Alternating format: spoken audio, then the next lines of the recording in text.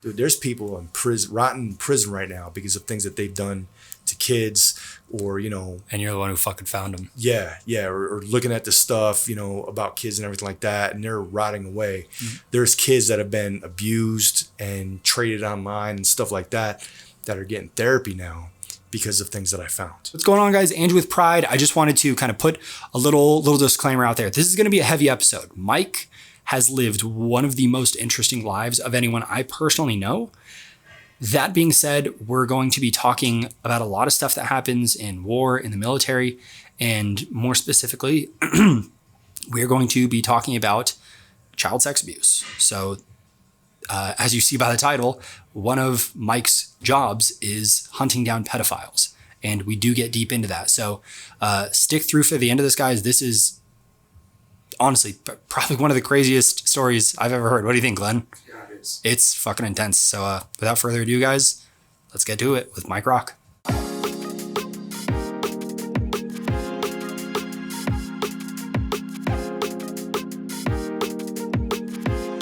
What is going on, guys? Andrew with Pride. Today we have got Michael Rock. I have known you for 3 or 4 years, give or take.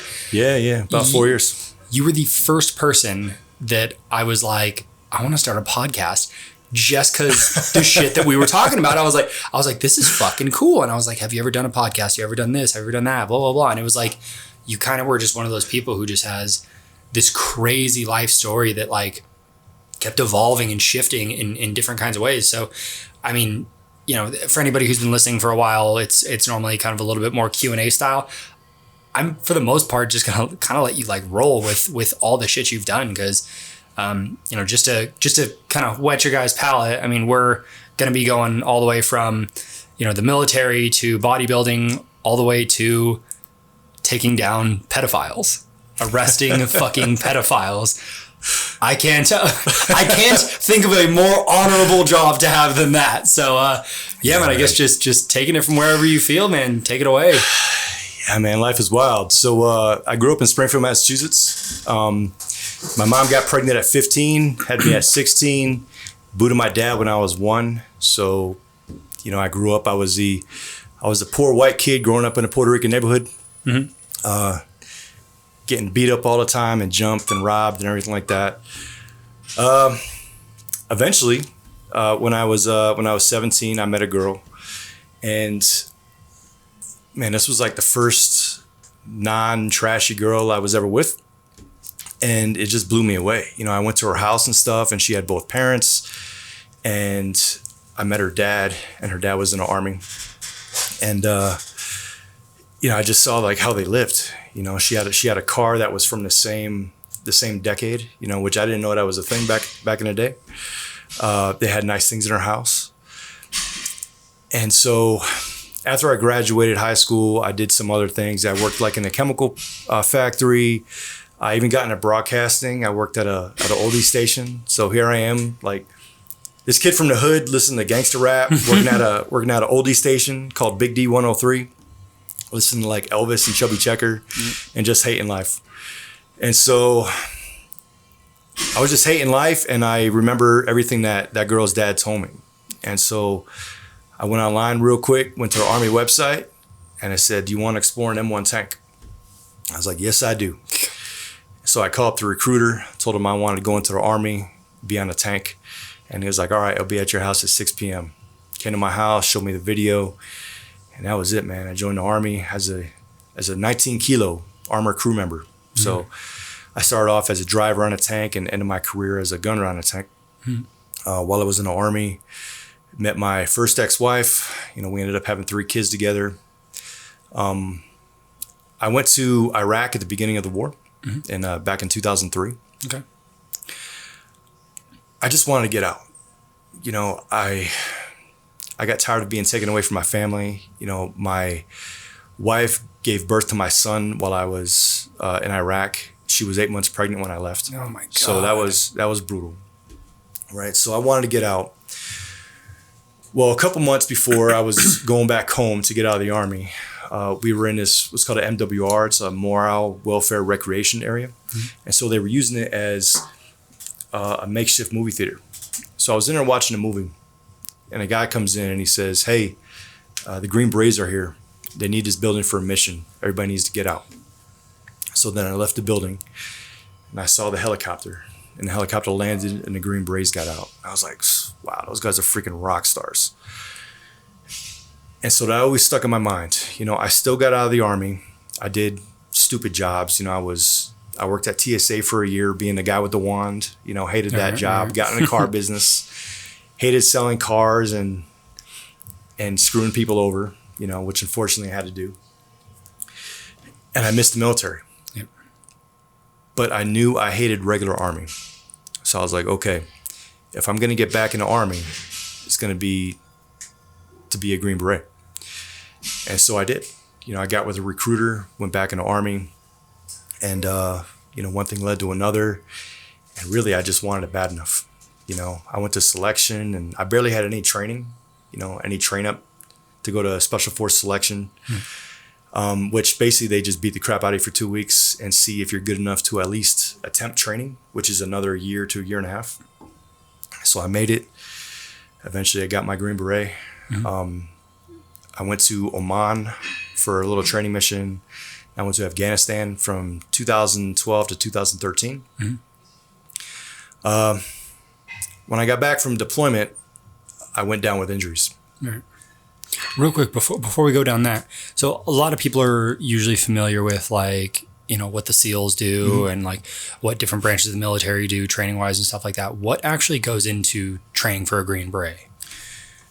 So Green Beret is actually their nickname. Okay, everyone knows them by Green Berets. The official title is U.S. Army Special Forces. And the media, mostly, they call everybody Special Forces. Okay, and that's incorrect. U.S. Army Special Forces are the only Special Forces. Everything else is Special Operations.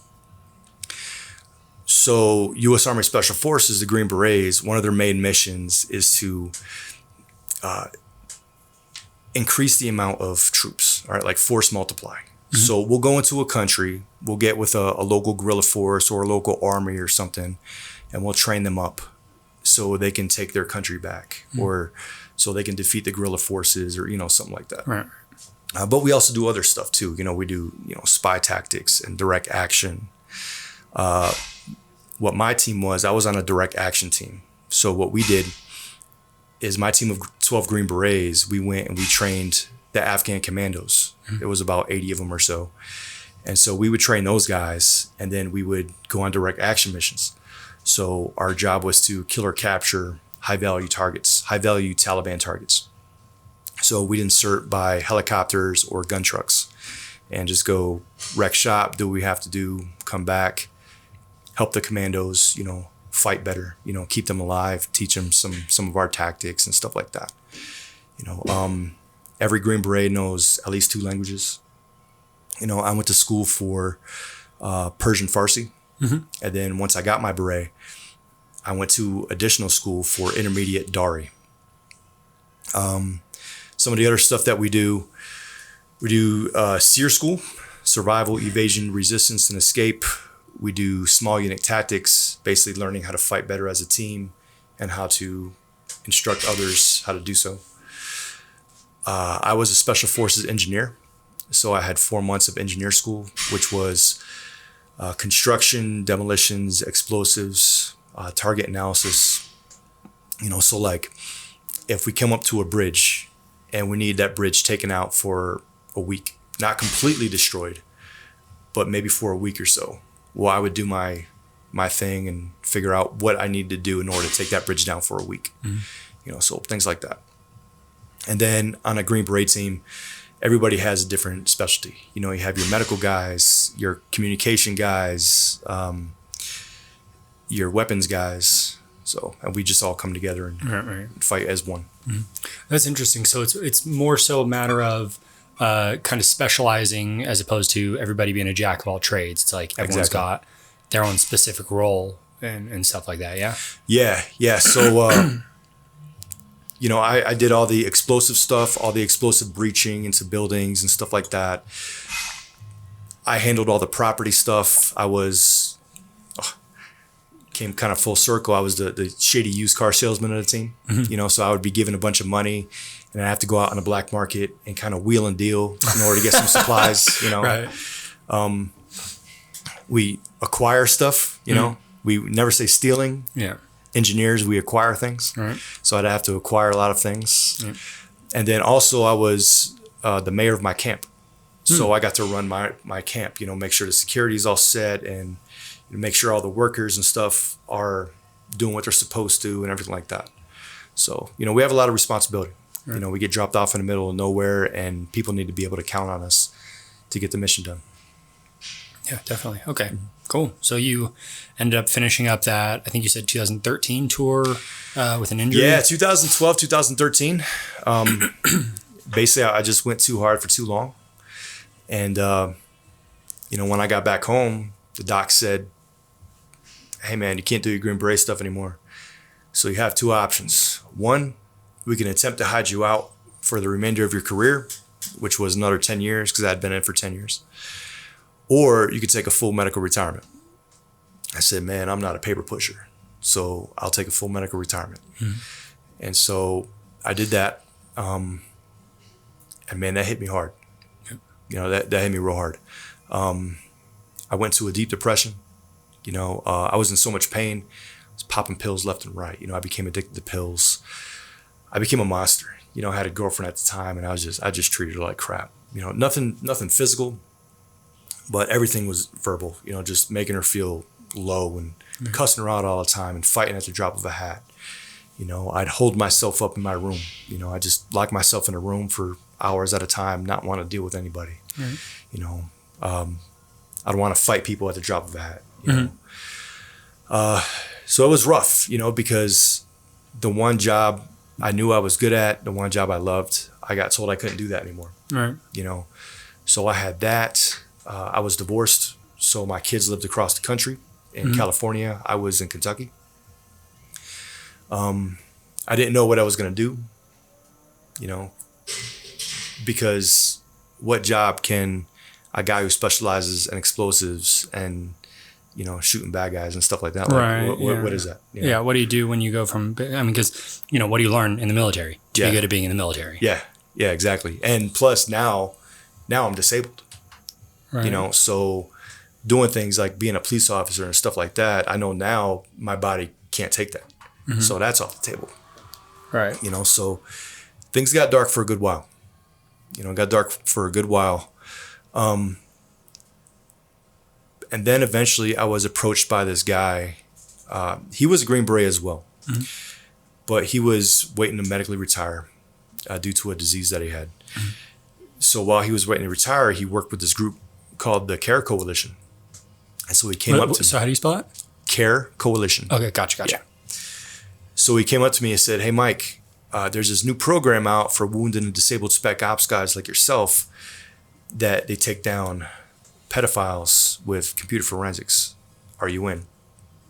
And I saw the recruitment video for it and everything like that.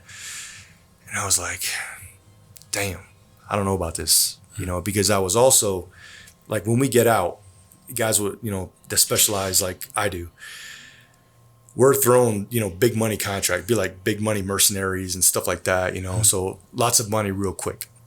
So I had all this stuff thrown at me.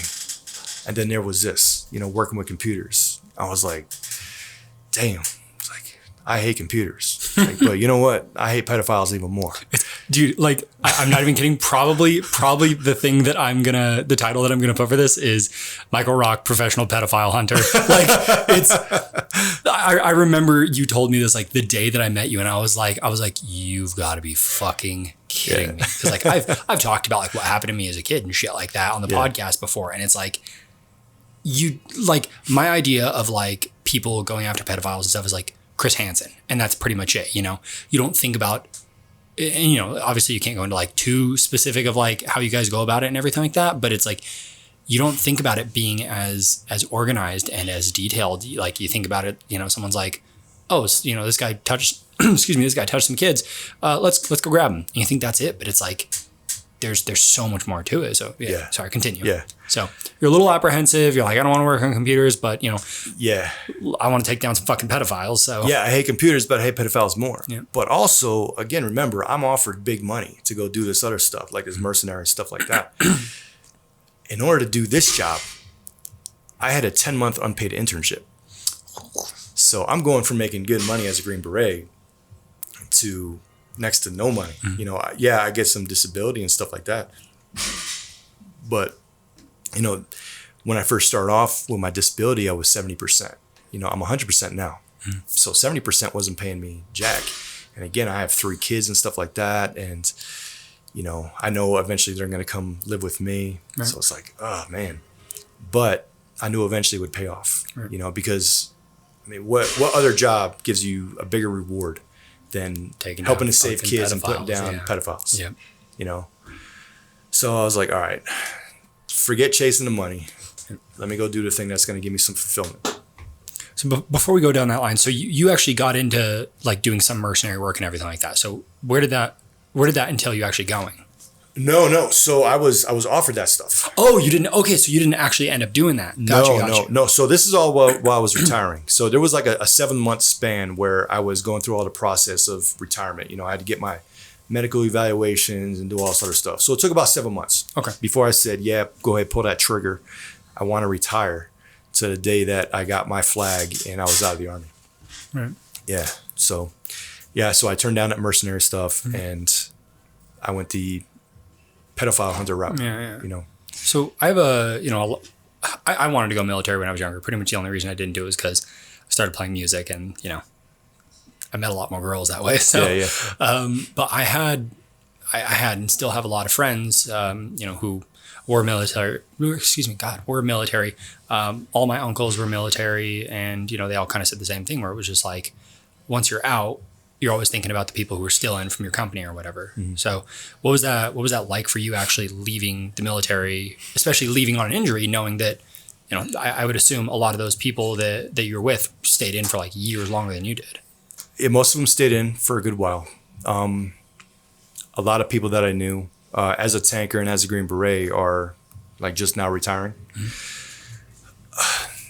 Really, because it hit me so hard and I dealt with so much stuff, like, for example, I had like survivor's guilt and stuff like that because there was a mission that happened and I wasn't able to go out on that mission.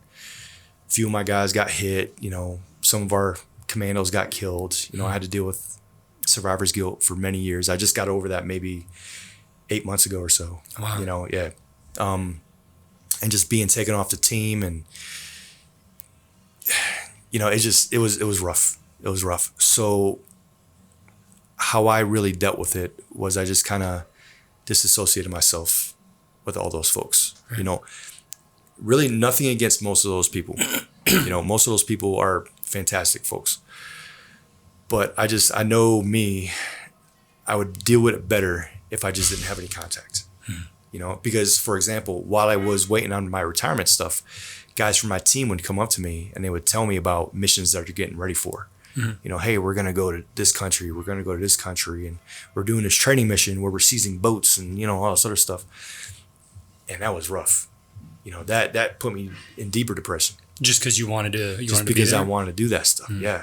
Yeah. I wanted to be, one of the guys going on a boat or kicking down the doors or being one of the first guys into a country, stuff like that. Mm-hmm. And I couldn't do that stuff anymore. So is it still just that like same kind of drive that was getting you going when you very first did it, where it was just like, man, that's fucking cool. I want to be a part of something. Like I want to be a part of something really big. Yeah. Like yeah, exactly. And now in the beginning, when I had aspirations to be a Green Beret, well, now I know, that door's open, so now I can go out and I can do that stuff, if I pass and yada, yada, yada. But now I still want to do that stuff. But now the door is closed. Mm. So as much as I want to do it, I'm out. Yep. I can't. So that's a hard pill to swallow. Yeah. Especially having it, quite literally taken away from you. Yeah. It's not something where you're just like, God, like, my body's fucking broken down. It's you are not allowed to do this anymore. It is done. Yeah. So I couldn't wear body armor. And so like dude, I'm a Green Beret. Oh, like physically you weren't able to. I physically, I can't wear body armor because my back is just completely done, you know? So because of that, well, now I'm non-deployable. You know, I can't go on deployments. Right. You know, I can't go hit a village going after Taliban while everybody has all their armor on and I'm just, you know, have a tank top and a gun belt across my chest or something, you know, rainbow style. Can't do that. That's not real life. Yeah. You know. So so it was a hard pill to swallow. You know, so I just figured, you know what, I'll just get it all together. Every now and then I'll talk to some folks, you know, some folks will reach out and stuff like that, but I'm very rarely ever the one to reach out, you know. I feel a little bad about that sometimes, but I mean, the reality is that's just what I have to do. Everybody has different ways of working through and healing through shit. You know, it's like sometimes no contact is pretty much the only thing that works with some people. So I think people have an idea of it being bad, but it's like, if that's what's gonna get you there, then that's what's gonna get you there, you know? Yeah. So being that you said you spoke Persian Farsi? Yeah.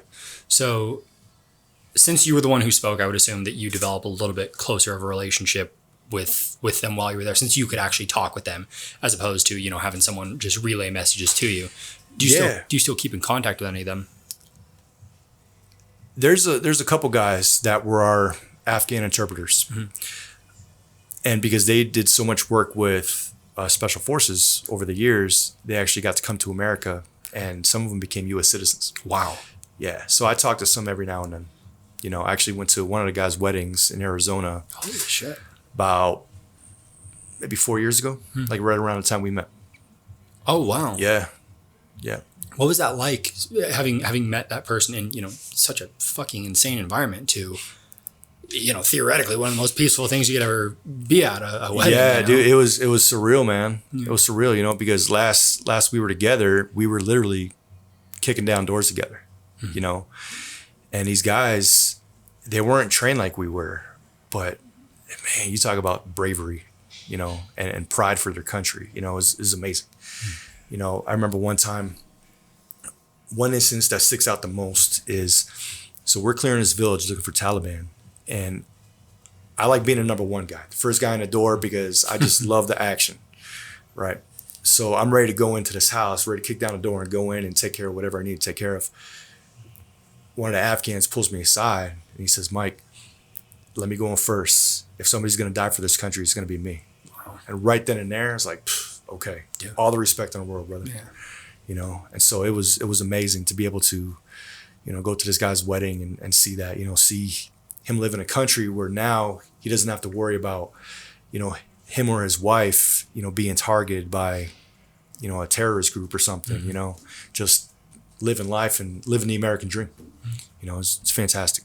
Man, that is fucking crazy. So you went through all these years in the military, and oftentimes, you know, in my experience, you have people who they end up retiring from the military, and you know, there was even a thing on Twitter a few years ago where it was like, you know, what did you get from your time? This is like potentially a dark line of questioning, but people were like, what did you actually gain from your time? Or the U.S. Army Twitter account posted, what did you gain from being with the U.S. Army?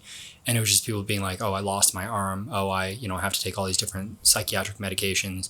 You know, I saw this many of my friends die. Just like, it ended up going really fucking dark. Yeah. You know, when you're, obviously they were hoping it would go like a positive direction. Like, oh, you know, I paid for my school or something like that. Mm-hmm. And I have a lot of friends where that still is their view. And, you know, I'm curious, being that it was something where you were seeking it out, you were seeking going further with it, and then you essentially had to be like drug out of it. Mm-hmm. What is it like looking back on this now? Like, how has your view of everything changed? And, you know, would you do it again? In a heartbeat. Man. In a heartbeat. Yeah, like if I hadn't gone down with injury, I would have done 20, maybe even 30, you know, because I love what I did. You know, I see all the negative stuff too, you know, so a lot of that stuff, people will say a bunch of negative things because they don't utilize everything that they should utilize while they're in the military, you know. So what people don't realize is the military is a lot like the real world. Okay, you have your people that excel and make something of themselves, and then you have your bottom feeders, you know, who just coast by, do the bare minimum just to coast by, right? Not take advantage of any type of benefits or education or furthering their career or anything like that. And then they'll down the military. Right. You know, me, man, I did schooling while I was in for free. You know, I got a lot of stuff now because of the military. You know, I was one of the most elite soldiers in the whole world, you know, because of the military. You know, all my amazing training that I've had, you know, really my overall experience in the military was positive. You know, of course there's some things I didn't like, but dude, That's any no job. matter what job you have, there's going to be things that you don't like. And there's always going to be people who have bad things to say about it too. Yeah. I mean, there's baseball players that make, you know, $20 million a year.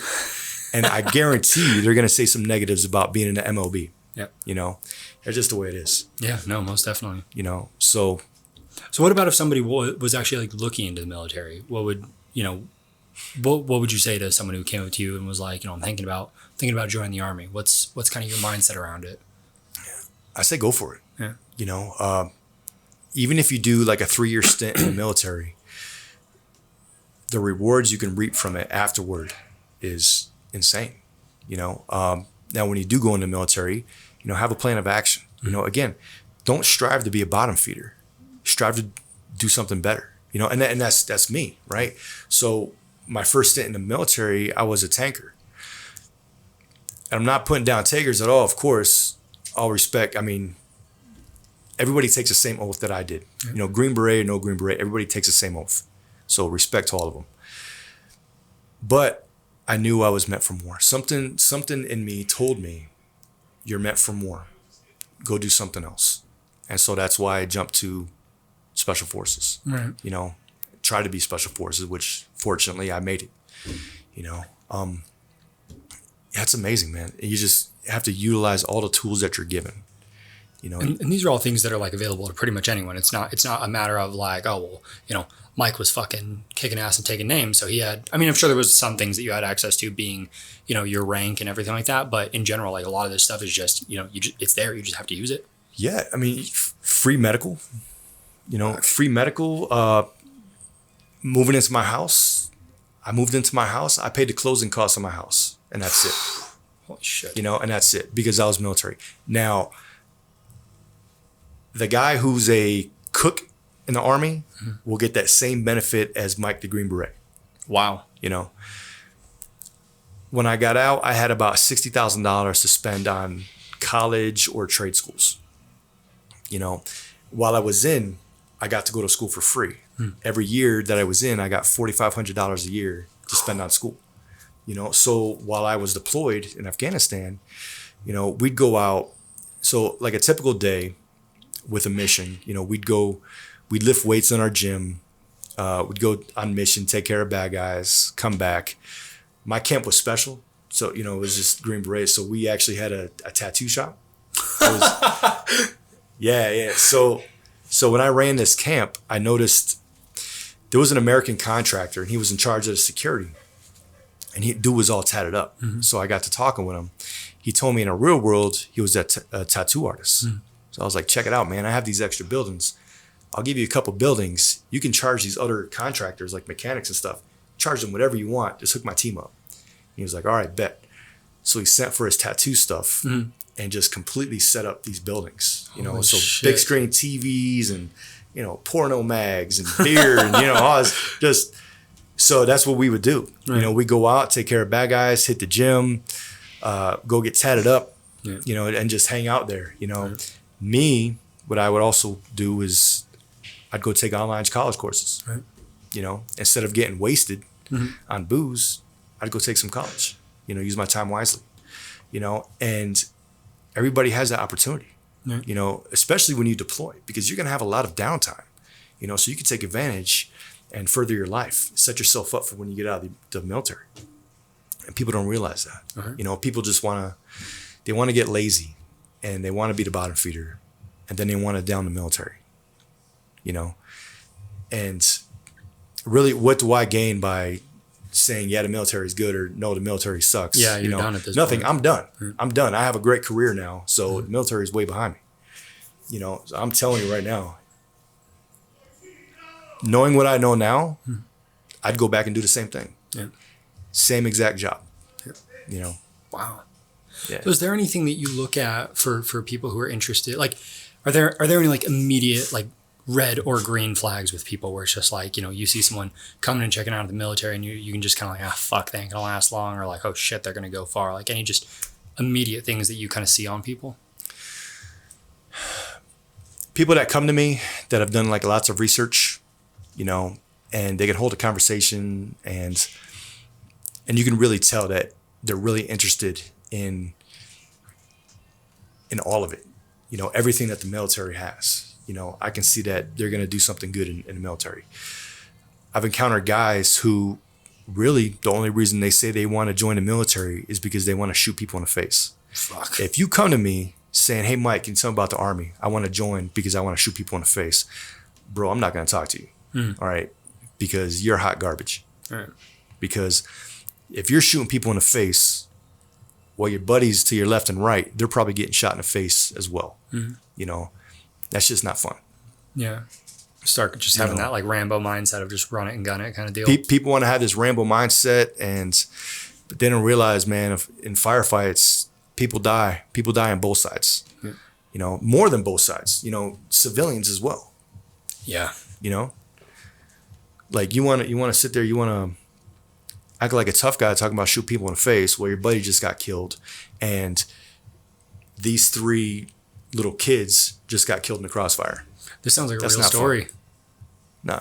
Oh, okay. I was like, fuck, man, that sounds like hyper specific. I was like, holy shit. Well, I mean, yeah, there've been it has certainly happened. Yeah, there've been civilians like during some of my firefights. There've been civilian casualties and stuff like that, unfortunately, and that's just war. Yeah, it's part of what happens. That's just war. You know, so people want to get in that tough guy mindset, but they don't look at everything, the big picture of war. War is ugly. Nobody ever wins in war. Right. You know, so go in ready for war, knowing that war can happen, but you don't really want war to happen. Right, absolutely. You know, so yeah, that's just my take on it. No, Everybody most definitely. I think that all makes sense to me. Yeah, I mean, and again, there's going to be someone who disagrees no matter what the fuck you say. So yeah, it is what it is. So you end up leaving on disability. What actually was it that happened?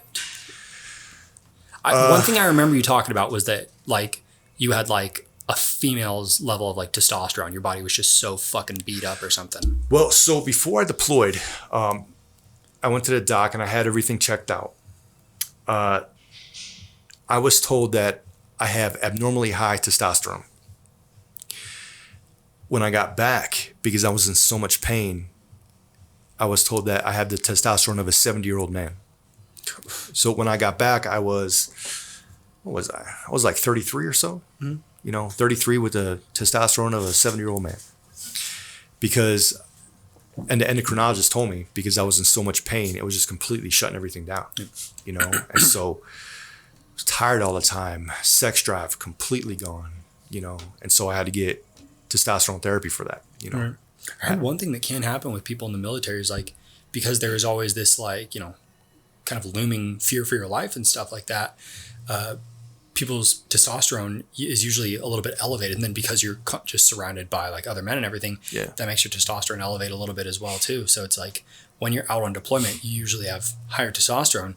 And then when you finally come back and you're not in that situation anymore, your body's like, fuck, finally. And like gets to, you know, take a rest, so to speak, and everything just plummets after. Yeah. And see, that makes perfect sense to me, because when I got back home, that's when my body shut down. Because my body was like, okay, Mike, now you're safe. There's not people actively trying to kill you. Right. I'm done. We're shutting down. Yeah. Time to take a fucking break. Yeah. And that's when I was just in so much pain, could barely move. Yeah. You know, Christ. And then I was in a fog. You know, people would come up to me and tell me, you know, hey, Mike, hey, remember last week when I had you sign for all this property? It's like, bro, I have no idea what you're talking about. You know, it's because the pills I was taking, it wasn't taking away my pain, but it was put me in a different mind state. I was walking around in the fog, not knowing what the hell is happening, you know? So it's crazy. So you end up getting this offer. You got 10 months of internship to become the pedo hunter of everyone's dreams. And so I went away to forensic training. You know, the first 3 weeks was spent in Houston, Texas at what's called a child assessment center. Basically, a child assessment center is where it's like a safe house, a safe place for kids that have been sexually abused, but also have seen other traumatic things. You know, like for example, there was a kid there who saw both of his parents murdered. You know, so the first 3 weeks was spent listening to people come in and talk. You know, like their kid was molested or they were molested or something like that.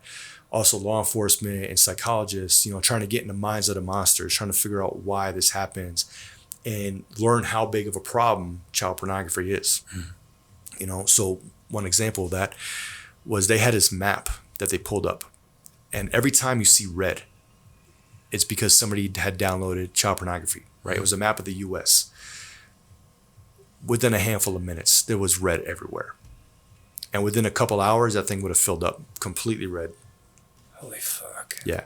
Yeah, it's a lot worse than people think. Yeah, I remember, I think I might have talked to you about this, but like I started like falling back into like true crime podcasts and stuff like that. And Ian Watkins, the vocalist of the Lost Prophets, who was like one of my favorite bands as a kid. And, you know, he got caught with, at the time, I think it was like the most child pornography ever found in Europe. And he had, you know, this just insane list of like children that he had, you know, been fucking raping. Wow. And it was just like, it was crazy because it was just like this high profile person and blah, blah, blah. And somewhere in that podcast, they talked about how it was around that time was when they started being able to like, there were certain ways that you could like ID videos or something like that. And what ended up happening with him was that they had all these different IDs all getting downloaded to like his fucking something or other. And it was just like, holy fucking shit, dude. And it was, like the amount that he had downloaded. I mean, it was just like, I don't know. It's fucking crazy. But yeah, the map thing. I remember when I was younger, there was a thing called familywatchdog.org, something like that. Yeah. Okay, it is that? Yeah.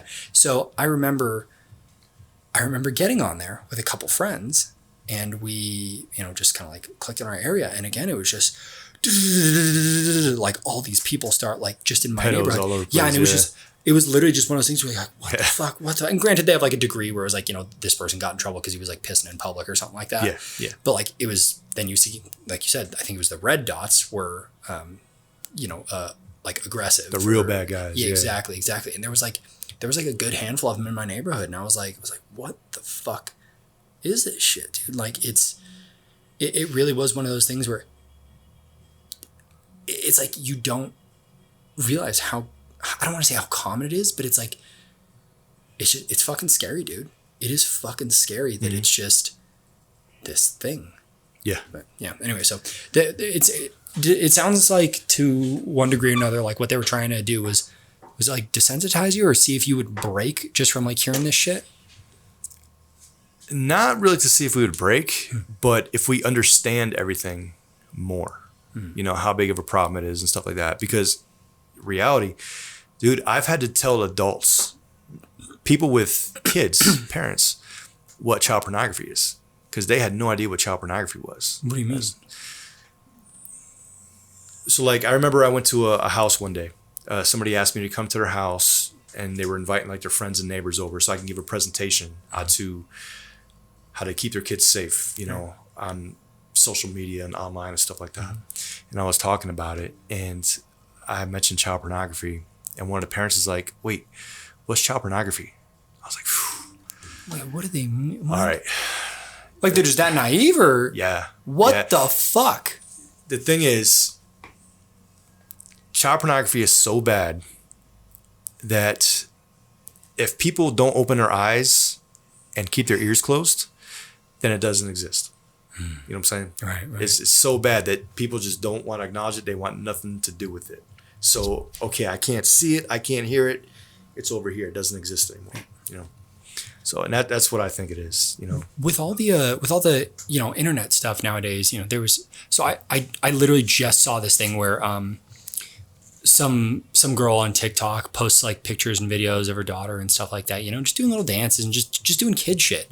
And she noticed that there was like a theme where when her daughter was like in a dress or something like that, the videos would have way more views, way more likes, and way more saves. Yeah. And then she started looking at some of the people who were liking them, and you can look at other things that they liked, and it'll be, you know, fucking like people in like their late 40s and stuff like that, and all of their likes, all of their saves are little kids. Dude, if you post stuff of your little kid online, right, in skimpy outfits, bathing suit, little sundresses, whatever, brother, I guarantee there's pedophiles out there getting their rocks off because of that. Yeah.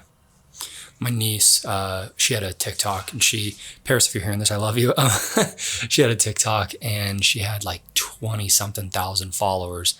And immediately I was like, how many of those people are fucking pedos? Yeah. And she ended up actually deleting her account because she was like, it's weird. It's weird that there are 20,000 people who I don't know that have been following me since, I think she says she was like 15 or 16.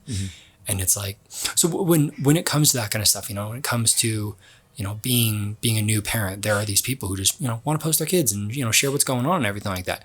Yeah. I guess if you were to brand new become a parent today, how would you kind of handle that personally? For one, I wouldn't post those cute pictures that, you know, you see a lot of parents post of like their kid laying down with their butt out. Yeah. You know, you see a lot of that stuff, dude. Yeah. Why is that shit not considered child pornography, out of curiosity? So there's a difference, right, between child erotica and child pornography. Okay. If it's just a kid standing there completely naked, that's actually not illegal. That's called child erotica. Okay, the stuff which still sounds weird. Remember Pee Wee Herman? They found child erotica on Pee Wee Herman. That was legal. It shouldn't be, but it is. Yeah, that's weird. Now, if the pictures or the videos... That's a really fucked up loophole. That's a really fucked up loophole. Agree. Yeah. Yeah.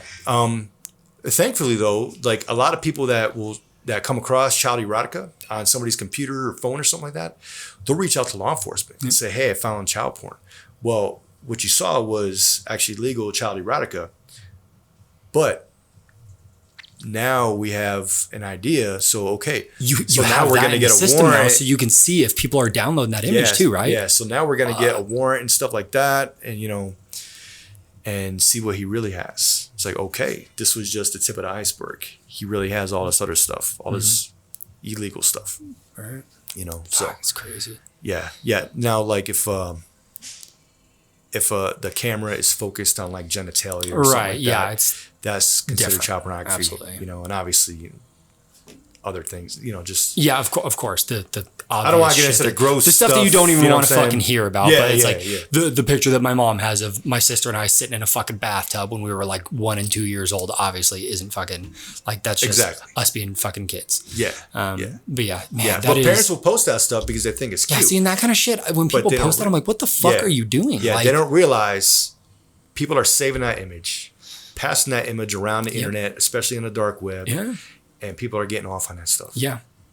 You know, so while you're trying to be cute, people are getting off on your baby. Exactly. Dude, yeah. It's fucking Christ. It's scary, you know. So here I am, man, you know. So you're teaching these people, and you know, this person is just completely naive, and you know, what is child pornography? Yeah. Yeah. So what the fuck was that conversation like? Was it literally just one of those things where it was like they were trying to ignore it, or were they just genuinely like they couldn't even comprehend of it? I think they just couldn't comprehend it. You know, so when I broke it down, I was like, well, you know, adult porn.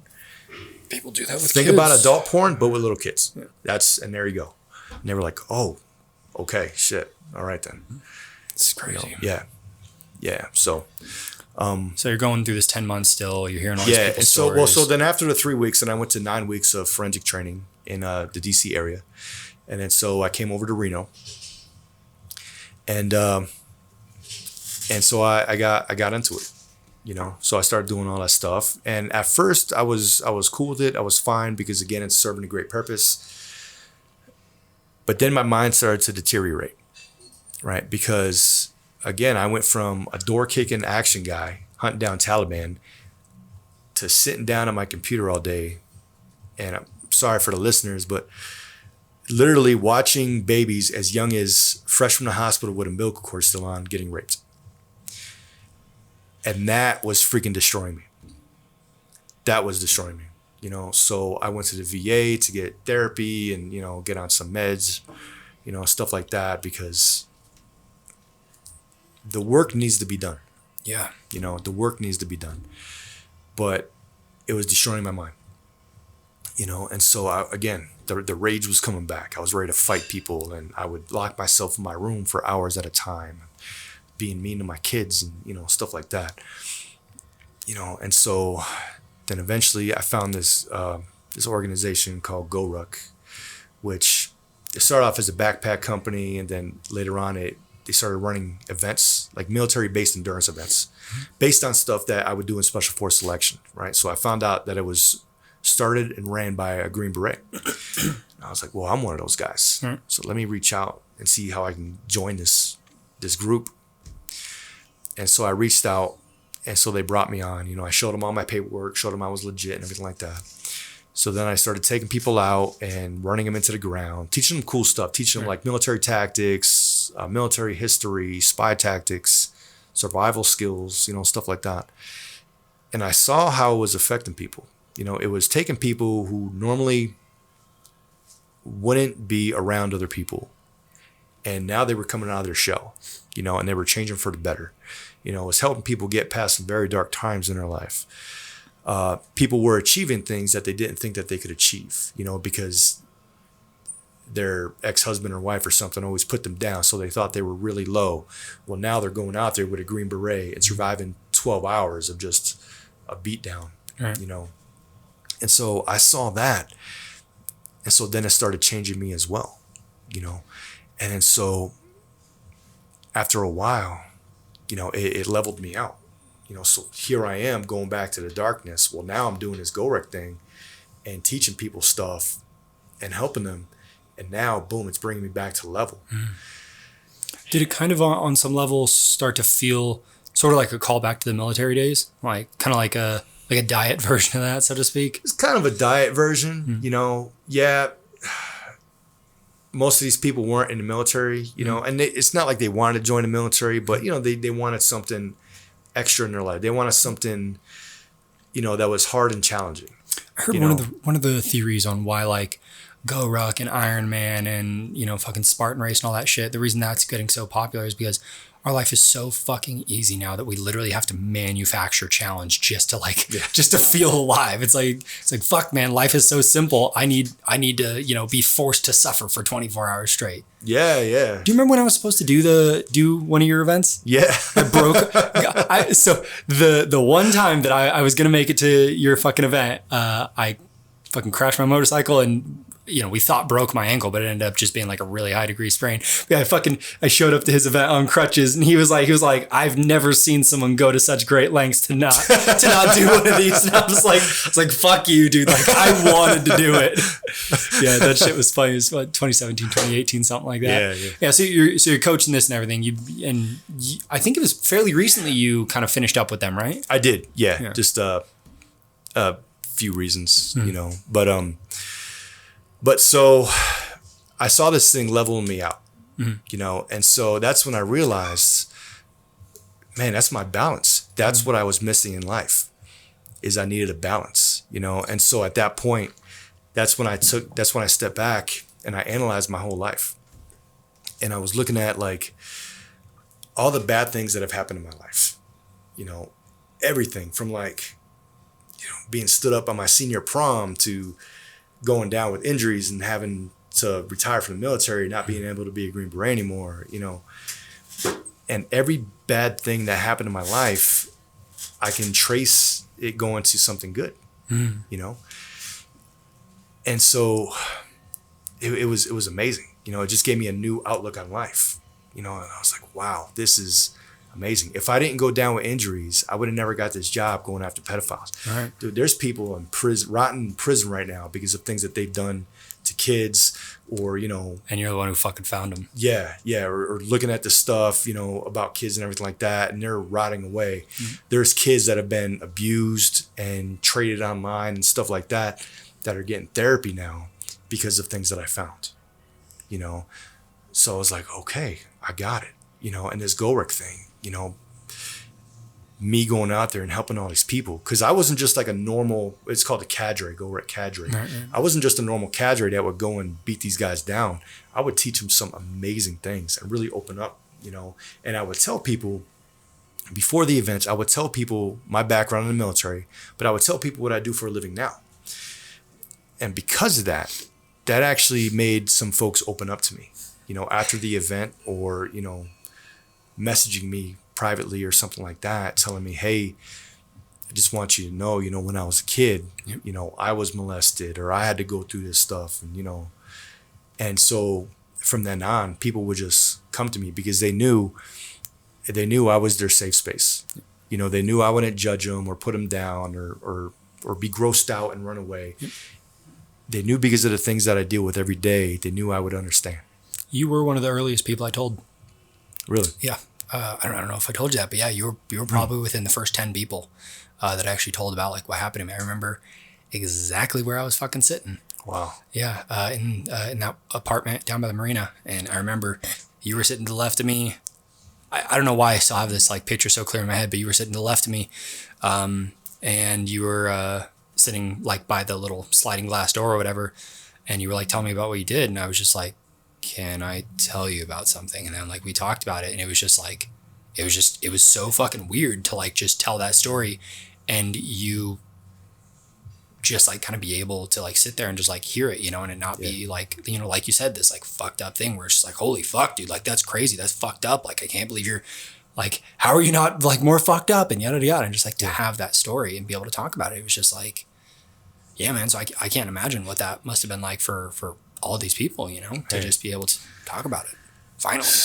Appreciate that, brother. Man, I didn't know I was one of the first people. Yeah, so thank you for trusting me like that. That's Dude, amazing. Thank you for having the like the strong dad energy where it's like, I didn't feel like, oh, I'm gonna tell this person they're gonna freak the fuck out. Like, yeah. Because I think there was a lot to say for it, or a lot to that, like just the way that you carry yourself. You specifically, the way that you carry yourself, I think it almost kind of gives people this permission to know that they can talk about that shit. Mm-hmm. And, especially the stuff that you're doing now, which I'm sure we'll get into, where, you're kind of to one degree or another doing like some talk therapy with stuff or with people to a degree. Mm-hmm. I'm sure that transfers over perfectly, just the way that you are, know? So you're doing this Go Ruck. These people are kind of talking with you, sharing some of these stories. But while you're talking, by the way, I'm just going to text this next person who's coming and just like let them know that they can just pop in and kind of sit in for the rest of this, if that's okay. Yeah, absolutely. All right, cool. Continue. Yeah, so running these events, people would open up to me and stuff like that, and people would even come to me and say, hey, I saw this stuff on my ex-husband's, computer or whatever. So I'd get to give them guidance, with that stuff, right. Because again, they knew I wouldn't freak out, and then aside from that, kind of like that dad thing, you mentioned, I've had people come to me and, open up to me and want to meet with me for, breakfast and stuff like that, and just get everything out, all these problems that they're going through, and I was always grateful for that. People trusted me like that. But one day, a guy came to me after a month after I met with him, for breakfast. And he was like, hey, Mike, you remember how I told you, like, I wasn't thinking about hurting myself. It wasn't that serious. It's like, dude, if you wouldn't have met with me that morning, I was going to kill myself. So I was like, holy cow, so, it's like that. It's like, okay, all right. And that guy, he's in the medical industry and he saved a bunch of lives after we had that talk. Mm-hmm. So you have all these amazing people that are alive now because of this amazing man, mm-hmm. all because I made myself open like that. Yep. So that brings it back to all this bad stuff that has happened in my life. It's all led to something amazing. Yep. And so that's how I do it now. I live a life of positivity. When bad stuff happens, it might sting for a bit. Mm-hmm. Lick my wounds and just keep going forward. And eventually the reason for that bad thing happening will reveal itself. As long as you stay positive and you're trying to do good for the world, good things are going to come of it. Yep. And that's just my take on things. Mm. Do you keep in contact with your girlfriend that you had in high school with her dad by chance? I don't. Being that he was kind of like the person who, was like everything that he told you led to, checking out the military and everything like that. Did you ever tell him that? I didn't tell him that because when I realized everything, it was way past that. It was when I realized everything, I was already in my 30s. It's like, holy cow. It's like, I'm in the military because of him. Yep. You know, now I did tell her a couple of times, you know, I was like, I'm in a position where I am now because I met you and then I got to talking with your dad. So thank you for coming into my life. Yeah, absolutely. You know, yeah, because we stayed friends. Like, we'll contact each other once in a blue moon just to check up on each other, you know, see how we're doing, you know. And we were young and stuff, so it was like, whatever. Yeah, of course, there's no animosity. I mean, like, I still talk to my girlfriend from high school, like, fairly frequently. She's also one of my sister's best friends now. Yeah. But yeah. Okay. So you are still actively doing this, and then you actually ended up getting into some random little side gigs and stuff like that are kind of interesting. And like with all the fucking stories that he has just shared, it's a pretty surprising direction to go. So what is it that you started getting into? All right. So my, real quick, how tall are you? I'm 5'9". And how much you weigh? 210. 210. Okay. So, yeah, for perspective, the people who are just listening, 5'9", 210. This is a big buff motherfucker. Okay. Continue. Oh, my heart. Yeah. So I married a second time. Okay. And my second wife, I turned her on to lifting weights and stuff like that. And she really took off with it. She really loved it. So then she started competing. Right. So, but I'm over here and I stopped working out and stuff like that because my body just hurts and everything. And so she was looking like a snack and I'm over here looking like I ate too many snacks. And so I was like, okay, well, I got to do something, you know, so I gotta change this up and make her proud of me, you know? So I decided, injuries be damned. I'm going to compete. You know, there's a lot of things in the gym I can't do. I can't do deadlifts. I can't back squat, you know, stuff like that. Nothing with too strenuous on my back. Right. So I decided to do men's physique. So I went in there. I gave myself 4 months because I already had some muscle, you know, but I gave myself 4 months to do my prep and stuff like that and take the stage so my wife could be proud of me. Right. You know, so I was looking fantastic. And, 3 weeks before I stepped on stage, come to find out she was having an affair, booted her, almost dropped out, almost didn't compete. But then I changed my why, you know, she was my why, my reason for competing. Right. Well, now she no longer existed.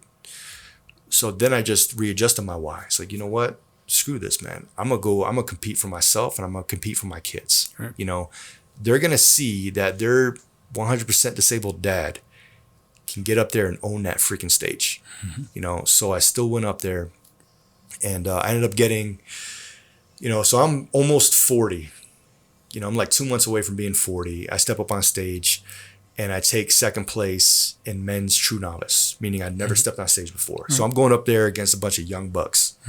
And then I took 4th place men's masters 35 and over, which, you know, again, it was like 12 people up there. People that have competed for a long time, you know. And I remember stepping on stage and it was people to my left and right and they were shaking because they were just terrified of being up there. Right.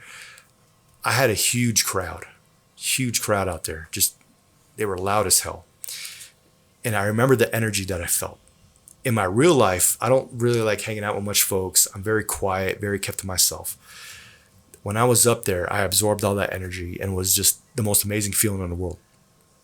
Well, after that, I was like, wow, you know what? I like the spotlight. How do I recapture that feeling? Yeah, I like the spotlight. And then I was thinking back to when I was being a goer at Cadre. Well, a lot of times I'm getting into character, you know, to run these events. I was like, well, you know what? Spotlight? Getting into character? What could this lead to? I was like, you know what? I'm going to give acting a shot. And so when I decided to try acting, I wanted to do plays, you know, get on stage and do live theater. Well, I wanted my first appearance to be at, you know, like a historic venue. So it was Piper's Opera House in Virginia City, you know, same stage as like that Mark Twain took and everything like that. Well, then so I see on Facebook that they're holding auditions for this play. And one of the roles was a sarcastic cop. And I was like, well, shit, that's kind of me in real life. So if this isn't a sign, I don't know what is. So I went to this audition and everybody was like, you know, the director had everyone talk about themselves and people were like, yeah, this is my name. I was in this movie. I was in this show. I was in this play. And it came to me and I was like, I'm Mike. I'm just some guy. I think this is pretty cool. You know, and then when it was all said and done, I actually got offered the male lead. And I loved it. I loved it. I played the owner of a speakeasy, you know, so I was like a womanizing, woman abusing owner of a speakeasy. And it was a blast. Had a great time. And then so I decided to keep on doing that. So then my second play, I played Bob Cratchit in A Christmas Carol. So I went from a womanizing, abusing owner of a speakeasy to an old family man with a little tiny Tim on my shoulder. And I'm singing Christmas songs, you know. And then I decided I was going to do one more play because it really just took up a lot of time. You know, it was like 4 hours a week, 3 times a week. And I wanted just to have a different life. So my final play, I played a male burlesque dancer. And that was a fun role. You know, so I went from... And what was your nickname again? Magic Mike? Magic-ish. Magic-ish Mike. Yeah. So... you go from the cop to... Yeah, so I didn't get the role as a cop. I got the owner of the speakeasy, which was the male lead. Excuse me. Yeah, so I went from, you know, being the owner of a speakeasy who womanized and abused women to being a family guy singing Christmas carols to being a male burlesque dancer. You know, so it was amazing. Yeah. Scarred my kids though, because, you know, my daughter got to see me, you know, my first play, she had to see me slap a woman and get kneed in the balls. In my last play, she got to see me like strip down to my pants. Right. So this poor kid, you know, she's 20 now. So then I decided to leave the stage and I was like, you know what? I'm going to try to branch out. I'm going to try to get into like TV and movies and, you know, stuff like that. And so then boom, I saw an audition for a local movie, independent film, that they were auditioning for a mercenary named Ghost. I was like, I was pretty much a mercenary in the army. All right, well, if I don't get this, then I need to just stop acting. Yeah. And so I went in there and I nailed it and I got the role. And it started off, the director really didn't have much for the mercenaries. Like there was no script or nothing. Well, because he loved the mercenaries so much, like he pretty much just said, go ahead, Mike, do your thing. Wrote you a part, more or less. I just made my own part. You know, just, okay, I'm going to say this, I'm going to say this, I'm going to do this. You know, I even got to kill him in a movie. Shot him in the head. You know. Yeah, so that was great. And then after that, you know, he liked working with me so much that he asked me to be a part of other movies that he's doing. You know, and then from there, you know, all these other people, all these local directors and production companies, you know, my name's getting out there, how easy it is to work with me and, you know, like my vision for things, like I can actually see the big picture of stuff, you know. And so now, you know, my IMDb page is growing. Right. So I'm having a blast, man. Yeah, dude. You know, I'm having a blast. So again, you know, yeah, I had to boot my second wife, but when I look back, it's like, okay, things happen for a reason. I wouldn't have gotten to acting if I was still with her, you know. There keeps being this, you're up, you're down, you're up, you're down, you're up, you're down, which I suppose is just like the nature of, you know, the nature of existence to an extent. Yeah. But it is interesting because you know, whether people believe in the whole, like, you know, divine plan or everything happens for a reason, it almost seems like what's more important is how you perceive it and what you make of it. You know, life is going to fucking happen. It's going to go how it goes. The only thing that you really have control over is what are you going to make of it? It's that whole, you know, life gives you lemons, I can make lemonade kind of thing. And it's like, there are these periods where it's like, you could just take this shitty scenario when everything fucking falls apart and everything fucking sucks and, you know, just kind of like lay down there and, well, that's that. Or it's, okay, well, I'm going to, you know, start fucking taking down pedophiles. I'm going to start getting into acting. I'm going to start doing this. And it almost seems like there is just this refusal to stay down. And I don't think very many people have that nowadays. I've been knocked down so many times. But the thing is, when I rise back up, I'm even higher. Yep. You know, so New peak I don't every time. Yeah, so I don't. I'm not up here and then fall down here, then come back up to here. You know what I'm saying? I'm here, I fall down, when I come back, now I'm up here. Even better. Even better. Yeah. You know?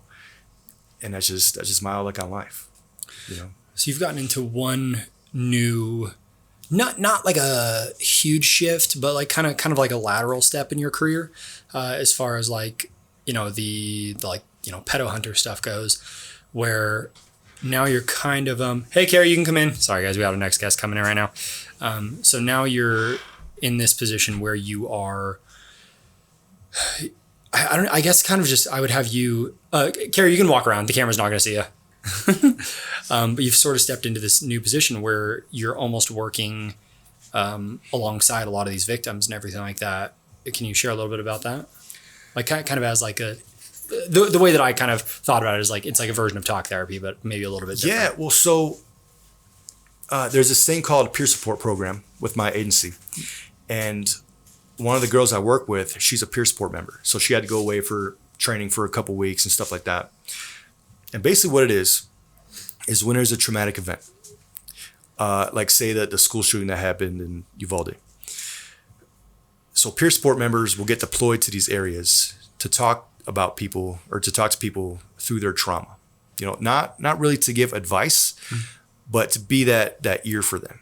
You know, and basically we have the same privacy as like a licensed therapist, right? And so, and it's not just for folks that have, you know, are all over the country. It's for people in our office as well. So if somebody's going through some hard times, they could come to me and say, hey, Mike, do you mind if I talk to you in a peer support role? And I'm trying to kind of talk through them, you know, talk them through their pain and stuff like that. And, you know, help them see a new outlook on life and, you know, figure out the next step in their life to self-heal, you know? And basically I didn't search this out. I was recommended into this because my friend who I've known for 8 years, she knows some of my backstory. So she was like, Mike, you'd be perfect for this. And so I applied for it. I got accepted and I went to training and it was fantastic. It was mentally, and I've been to some crazy training, but mentally it was the hardest training I've ever been to. I was completely spent after every day in class. You know, like we spent 2 whole days just talking about suicide, you know? So it was rough stuff, you know, and personal trauma and everything like that. You know, folks got to step up there and talk about their own personal trauma, you know? And one thing that we did was, and how I present this stuff is I like to show people who I am. Okay. So everybody there had to go before the instructor and give like a canned presentation, like how they would do at their office, tell them about the program. Right. And so everybody had like the same kind of thing. And I went last. I presented it differently. You know, I didn't go in there and just give like a canned answer. I went in there and said, hey guys, hey, I'm Mike. Some of you know me, some of you don't. There's a little bit about me. You know, I've been through some stuff. You know, I've been through divorce, substance abuse, survivor's guilt, you know, yada, yada, yada. And I just went on there, you know, and I told them, I was like, and I'm willing to bet some of you went through the same things. I just want you all to know, well, that's why I'm here. Right. You know, when you're going through this stuff and you think you don't have anybody, you have me, you know, and afterward, people were like, holy shit, that's freaking different, you know, because I'm not just some guy with some canned answer. You know, I'm not just some robot, you know, okay, I will tell you this based on this diagram, I'm going to tell you this. Right. No, they know they're going to talk to a dude that has been through some shit himself, that has feelings and really just wants to make the world a better place, you know? And like, you know, you feel comfortable talking to me about certain things in your life. We've talked about fucking everything, bro. Yeah. So, and that's how I want other folks to feel, you know, because, and I volunteered for that because I actually care. You know, if I can go out there and if I can help one person, you know, feel better about themselves or help one person through their struggles and stuff like that, I've succeeded in life, you know, because I can help that one person and that one person can help, a couple of people, Yeah. and you never know who you're going to help, how that person's going to change the world for the better in the Becomes future. that trickle down. It's that doctor that you talk, or the guy who works in the medical field that you talk to, who saved, who knows how many people since you. Yeah, exactly. Becomes that, wow, dude. As far as that whole everything happens for a reason thing, I'm not going to get into too much specifics because it's a fucking long story, but long story short, right before, because I just realized we never talked about how we met. I was coaching boxing a few years ago, and you came in with your family, and I was the person who signed you guys up. And then you guys were at my class like twice a week, every fucking week. And you and I just ended up shooting the shit all the time. Found out we have the same superhero and stuff like that. And I was like, what? And he's kind of a big deal now. Like a lot of people know about Moon Knight on Disney Plus, but like when we talked about it, like I was like, oh yeah, I like Moon Knight. And you're like, you like fucking Moon Knight? And we ended up talking about that for a while. That shit was so funny. Nobody knew about Moon Knight. Nobody fucking knew who Moon Knight was. Yeah. But anyway, so like that's another kind of one of those deals where it was like, I had a lot of shit going on right before I started working at that gym. And I mean, I met you, and here we are fucking 4 or 5 years later, some shit like that. And it's crazy. And I want to respect your time, and I know that we got to have you out of here in a little bit, but just to, I don't know if I'm allowed to ask this, but I'm going to ask without giving too many specifics. Are you allowed to tell a story about one of the pedophiles you took down? Yeah. So I'm gonna forego names and stuff like that. Yeah, absolutely. So we got this one guy, and he was uploading and downloading some stuff. Okay, and you mentioned before, like, things are tagged, and that's true. All these pictures, all pictures and videos, basically they have a DNA on them. It's called a hash value. So this guy was uploading and downloading things with an illegal hash value, saying that it was child pornography. Right. And so we got a search warrant, and we hit the guy's house, and it was just this old salty guy, just a real bad attitude, just a real mean dude. Well, he had a wife from the Philippines that he basically treated like a slave. He basically treated like a slave, and she had a son, and she had a daughter who was, I believe she was 7 or 8. And I'll never forget this. So after they bring the guy down in handcuffs, well, here comes the daughter. Before I even went in his apartment, the daughter comes down just crying. Just like, oh man. And when I see these kids, it always hits me. It always hits me really bad. And so I'm going through this guy's stuff, and I'm looking through he has a tablet. And on a tablet, I see some things that look like they were homemade. Well, it turns out he was taking some pictures of his wife's daughter. And through the interview, she had a forensic interview on her and stuff like that. It turns out like he was doing some bad stuff, right? Teaching her how to do some bad things and showering with her, stuff like that. Well, I remember going to his sentencing hearing, and this guy had nobody. He wrote out a letter, apologizing to his family, right? So this guy was all tough, talking shit to the cops and everything like that, and just acting like a big shot. In court, dude was a blubbering wreck, and he had nobody there with him, and he was apologizing to his family for everything that he did and stuff like that. And when the judge said 19 and a half years in prison, I was so damn happy. So I'm so happy that little girl got saved from that monster, and she's going to get the help that she needs. I'm so happy that his wife is free, and this guy had a lot of health issues. He's probably dead now. Thank God. So it's stuff like that. It's like, it makes it worth it. Some of these cases beat me down. I've had nights with nightmares. I found myself shaking, hours after I've gotten home because of certain things that I've seen. But when things like that happen, it makes it all worth it. Right. So I am so happy that I chose this career. Got into this job. And it wouldn't have happened if I didn't go down with injuries in the Army. So. Fucking hell, Mike. God damn, dude. What'd I tell you, Glenn? Crazy fucking story? Crazy fucking story. Dude, well, I guess we'll wrap it up there. But I mean, you've got so many different things between your time in the military, GoRuck, the acting, fucking the pedo hunter stuff, just all this different stuff. If someone wants to find you or talk to you or interview you or ask you questions or fucking anything, what's the best way for people to find you? You can find me on Instagram, Cadre Mike Rock.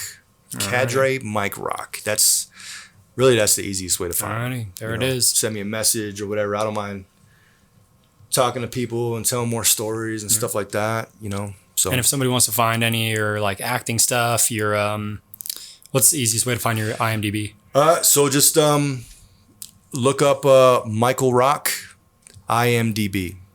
There's a few other Michael Rocks, but I was in a movie called The Flock. Okay. I'm in a movie called Tahoe Joe, Senior Cut Days. So look for the handsomest Michael Rock there, and you'll find There it is. There it is.